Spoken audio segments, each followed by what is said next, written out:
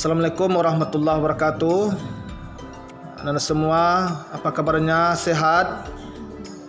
Tentunya harapan Ustaz, anak semua dalam keadaan sehat walafiat. Alhamdulillahirabbil alamin.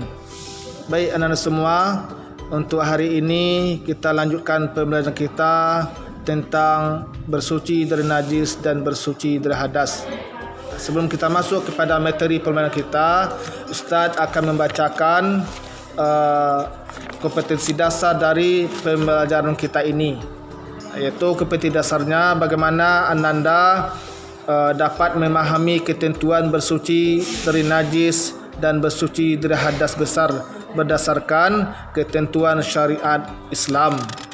Kemudian tentang tujuan dari pembelajaran kita, setelah kita pelajari, setelah Ananda mempelajari ketentuan bersuci dari najis dan hadas, bagaimana Ananda semua diharapkan untuk dapat memahami, untuk dapat menjelaskan pengertian taharah, pengertian hadas, kemudian pembagian najis dan pembagian hadas, kemudian dapat menjelaskan tentang cara bersuci dari najis dan hadas, kemudian juga macam-macam najis dan hadas. Kemudian juga diharapkan dapat memahami dalil tentang bersuci dari najis dan hadas.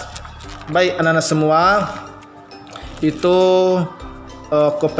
kompetensi dasar dan tujuan dari pembelajaran kita pada hari ini. Anak semua, kita masuk kepada pembelajaran inti, yaitu materi tentang taharah. Taharah secara bahasa artinya bersih atau suci. Sedangkan menurut istilah, taharah adalah suatu cara atau perbuatan yang dilakukan seseorang dengan tujuan untuk membersihkan diri, membersihkan pakaian, tempat dari hadas dan najis. Ini sesuai dengan firman Allah yang terdapat dalam surah Al-Baqarah ayat 222, Innallaha yuhibbut tawabina wa yuhibbul mutatahhirina. Sesungguhnya Allah menyukai orang-orang yang bertaubat dan orang-orang yang menyucikan diri. Kemudian anak semua, najis. Najis menurut bahasa artinya sesuatu yang dianggap kotor atau tidak bersih.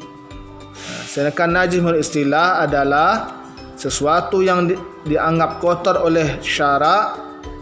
Sedangkan kotoran adalah sesuatu yang kotor, tapi tidak semua yang kotor adalah najis. Seperti baju yang kena kotor kena keringat. Kemudian macam-macam najis. Najis ada 3. Ada namanya najis mukhaffafah atau najis ringan. Najis ringan adalah contohnya kencing bayi laki-laki yang belum makan makanan selain air susu ibu. Cara mensucikannya cukup dengan memercikkan air pada tempat yang terkena najis. Kemudian yang kedua, najis mutawassitah.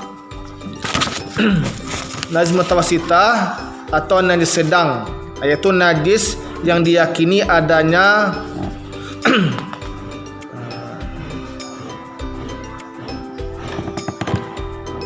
najis mutawassitah terbagi 2, ada namanya najis hukmiyah dan najis ainiyah.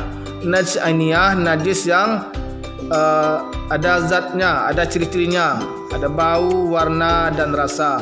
Cara mensucikannya, mencuci tangan dengan mencuci dengan air sampai hilang bau, warna dan rasa.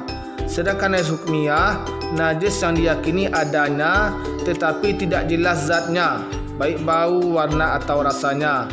Misalnya kencing yang sudah lama kering.